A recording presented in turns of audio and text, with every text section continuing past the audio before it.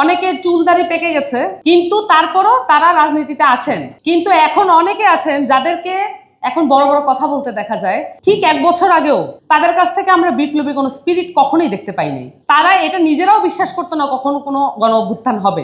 এই বড় বড় দলের বড় বড় নেতারা সব জায়গায় নিজেদের সেটেলমেন্ট করে রেখেছিলেন আওয়ামী লীগের সাথে। যেহেতু পলিটিক্যাল পার্টি ছাড়া ঐকমত্য কমিশনে বসার কোনো সুযোগ থাকে না, আমাদেরকে একটা পলিটিক্যাল পার্টি ফর্ম করতে বাধ্য করা হলো। বাংলাদেশের রাজনৈতিক যে বলয়, এই বলয়টা আসলে তার কাছেই তার ক্ষমতা রাখতে চায়, এবং তারা চায় না এমন কোনো শক্তি মাঠে বা কমিশনে বা সংসদে আসুক যেই শক্তিটা আনপ্রেডিক্টেবল এই অর্থে যে তাদের কন্ট্রোলের মধ্যে নাই। এই শক্তিটার মধ্যে কারা ইনভলভ? প্রধানত বাংলাদেশের যারা সুপার কর্পোরেট অলিগার্ক এবং যারা ব্যবসায়ী বড় বড় গোষ্ঠী আছে, সেই সাথে এখানে সিভিল ব্যুরোক্রেসি আছে, আমলাতন্ত্র, এবং সাথে মিলিটারি ব্যুরোক্রেসিও আছে। এই যে পুরো সেটআপটা, এটা হচ্ছে বাংলাদেশের একটা অন্ধকূপ। এই অন্ধকূপ থেকে বের হওয়ার জন্য বাংলাদেশের মানুষের একটা 53 বছরের একটা লড়াই আছে। হয়তো আমাদের এই লড়াইটা করতে হয়েছে কখনো ভোটের জন্য, কখনো স্বৈরাচার হটানোর জন্য, কখনো মিলিটারি শাসন হটানোর জন্য, কখনো আমাদের করতে হয়েছে ফ্যাসিস্ট হটানোর জন্য। কিন্তু এটার মূল যে থিমটা হলো যে এই যে একটা অসীম গোলকধাঁধায় বাংলাদেশের জনগণকে বেঁধে ফেলা হলো, এই গোলকধাঁধা থেকে আমাদেরকে বের হতে হবে। এখন দেখেন আমাদের দেশের রাজনীতিবিদ, অনেক বড় বড় রাজনীতিবিদ, অনেক বড় বড় দলের আছেন, তারা এখনো তাদের যে স্পিচ ডেলিভারি সেগুলোতে এখনো দেখেন যে কি ধরনের ভূমিকা পালন করছে। এখানে আপনি দেখবেন যে কোনো দলের কোনো ভেদাভেদ নাই। RICL TMX, যুগের পর যুগ স্থাপনা থাকে মজবুত। এখানে জেনজি, আমরা এটাকে বলেছি জেনজি রেভলিউশন। আমরা এটাকে কেন বলেছি? কারণ মাঠে আমরা বুক চিতিয়ে দাঁড়াতে দেখেছি জেনজিদের, ইয়াংদের, তরুণ জনগোষ্ঠীর পুরো রক্তের উপর দিয়ে এই সরকারটা প্রতিষ্ঠিত হয়েছিল। কিন্তু আমরা অবাক হয়ে লক্ষ্য করলাম এখন এসে এই জেনজিদেরকে এক ধরনের ক্রিমিনালাইজ করা হচ্ছে। ভুলে যাবেন না, এবং আপনারা কেউ ভুল করবেন না, যে এই ক্রিমিনালাইজেশনের শেষ এখানেই না। এটা শুধু বক্তব্যের মধ্যে দিয়ে ক্রিমিনালাইজেশন হবে তা না।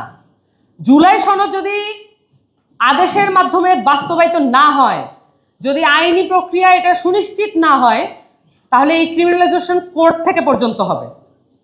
বাংলাদেশের সুপ্রিম কোর্ট কখনোই স্বাধীন ছিল না, এবং এমন কোনো ব্যবস্থা আমরা এখন পর্যন্ত যা ঐক্যমত্যে এসেছি, এমন কোনো ব্যবস্থা আমরা এখনো করতে পারি নাই যে আমরা সুপ্রিম কোর্টে স্বাধীন করতে পারবো। এই যে পরাধীন আমাদের যে সুপ্রিম কোর্ট, পরাধীন নির্বাচন কমিশন, পরাধীন দুর্নীতি কমিশন, এই কমিশনগুলোকে এই অবস্থায় রাখা, এইটা স্ট্যাবলিশমেন্টের জন্য দরকার, বড় পলিটিক্যাল পার্টিগুলোর জন্য দরকার। কারণ বড় পলিটিক্যাল পার্টি এটা কিন্তু একটা অহংকারের বিষয়, এবং তাদের অনেকের চুলদাড়ি পেকে গেছে, কিন্তু তারপরও তারা রাজনীতিতে আছেন, সেটা আমরা সাধুবাদ জানাই, সম্মানের জায়গাও রাখি। কিন্তু এখন অনেকে আছেন যাদেরকে এখন বড় বড় কথা বলতে দেখা যায়, কিন্তু আজ থেকে ঠিক 1 বছর আগেও তাদের হতাশাময় পংক্তি আর ক্রন্দন, এই দুইটাই ছিল আমাদের মিডিয়ার দেখার বিষয়বস্তু। তাদের কাছ থেকে আমরা বিপ্লবী কোনো স্পিরিট কখনোই দেখতে পাইনি।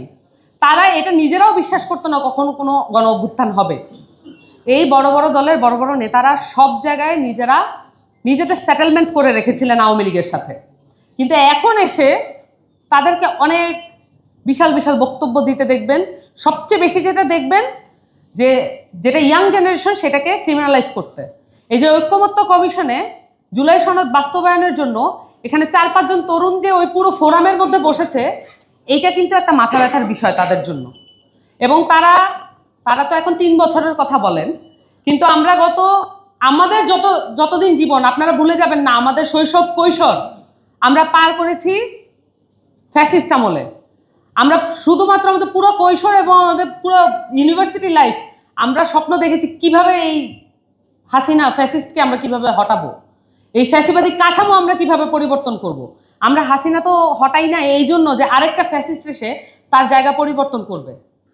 এইটা ভুল করার কোনো কারণ নাই যে একটা পাওয়ার থেকে আরেকটা পাওয়ারে ট্রান্সফার হওয়াই এই গণঅভ্যুত্থানের লক্ষ্য ছিল। এটা এই জায়গায় নিয়ে যাচ্ছে আমাদের পুরাতন রাজনৈতিক দলগুলো। তাদের সেই বুদ্ধিবৃত্তিক মেকানিজম নাই। তারা অনেক ভালো করেই ঘুম থেকে ওঠেন, ভালো করেই ঘুমাতে যান, নিয়ম মতো চলেন, কিন্তু তারপরও তাদের এই বুদ্ধিবৃত্তিক ক্যাপাসিটি নাই এই যে বাংলাদেশকে নতুন একটি সামাজিক এবং রাষ্ট্রীয় কাঠামোর মধ্যে দিয়ে নিয়ে যাওয়া, এই ক্যাপাসিটি তাদের নাই।